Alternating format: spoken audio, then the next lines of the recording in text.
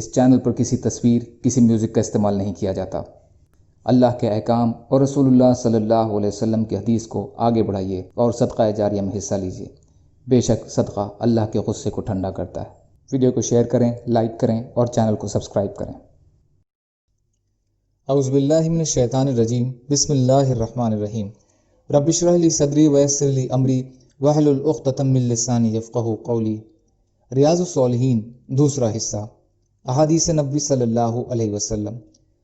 حضرت ابو ہریرہ رضی اللہ تعالیٰ عنہ سے روایت ہے کہ رسول اللہ صلی اللہ علیہ وسلم نے فرمایا، ہر پیر اور جمعرات کو بارگاہ الہی میں اعمال پیش کیے جاتے ہیں تو اللہ تعالیٰ ہر اس شخص کے چھوٹے گناہ معاف فرما دیتے ہیں جو اللہ کے ساتھ کسی کو شریک نہ ٹھہراتا ہو، سوائے اس شخص کے جس کے اور اس کے بھائی کے بیچ دشمنی اور نفرت ہو، تو اللہ تعالیٰ فرماتے ہیں ان دونوں کو چھوڑ دو یہاں تک کہ یہ آپس میں صلح کر لیں۔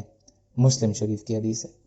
فائدہ: بنا کسی شرعی وجہ کے آپس میں دشمنی رکھنا اللہ کی معافی سے محرومی کا باعث ہے۔ حضرت جابر رضی اللہ تعالیٰ عنہ فرماتے ہیں کہ میں نے رسول کریم صلی اللہ علیہ وسلم کو ارشاد فرماتے ہوئے سنا کہ شیطان بے شک اس بات سے نا امید ہو گیا کہ نمازی عرب میں اس کی عبادت کریں گے، ہاں وہ ان کے بیچ فساد ڈالنے میں کامیاب رہے گا۔ مسلم شریف۔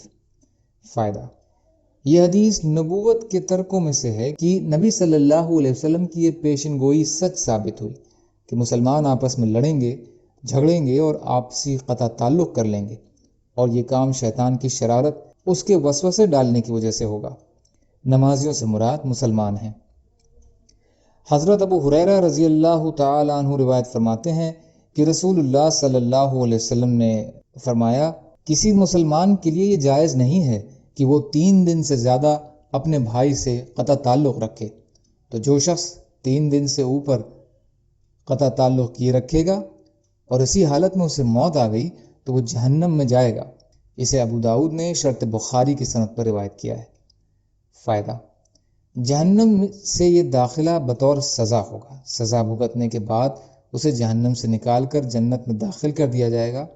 سزا بھگتنے کے بعد اسے جہنم سے نکال کر جنت میں داخل کر دیا جائے گا، کیونکہ ہمیشہ جہنم میں رہنا صرف کافروں کے لیے ہے، لیکن اس کا یہ مطلب بھی نہیں ہے کہ مسلمان جو چاہیں کر لیں، وہ بطور سزا بھی جہنم میں نہیں جائے گا، ایسا سمجھنا غلط ہے۔ اللہ تعالی ہم سب کو کہنے سننے سے زیادہ عمل کی توفیق عطا فرمائے۔ یا اللہ سچی توبہ کی توفیق عطا فرما دیجیے۔ یا اللہ مظلوموں کی مدد فرمائیے۔ ہم سب کو اپنی استطاعت کے بقدر اپنا حق ادا کرنے والا بنائیے۔ سبحان اللہ و بحمدہ، سبحانک اللہم بحمدک، اشہد ان لا الہ الا انت، استغفرک و اتوب الیک۔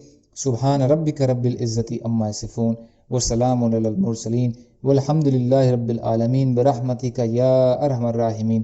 لا الہ الا اللہ محمد رسول اللہ۔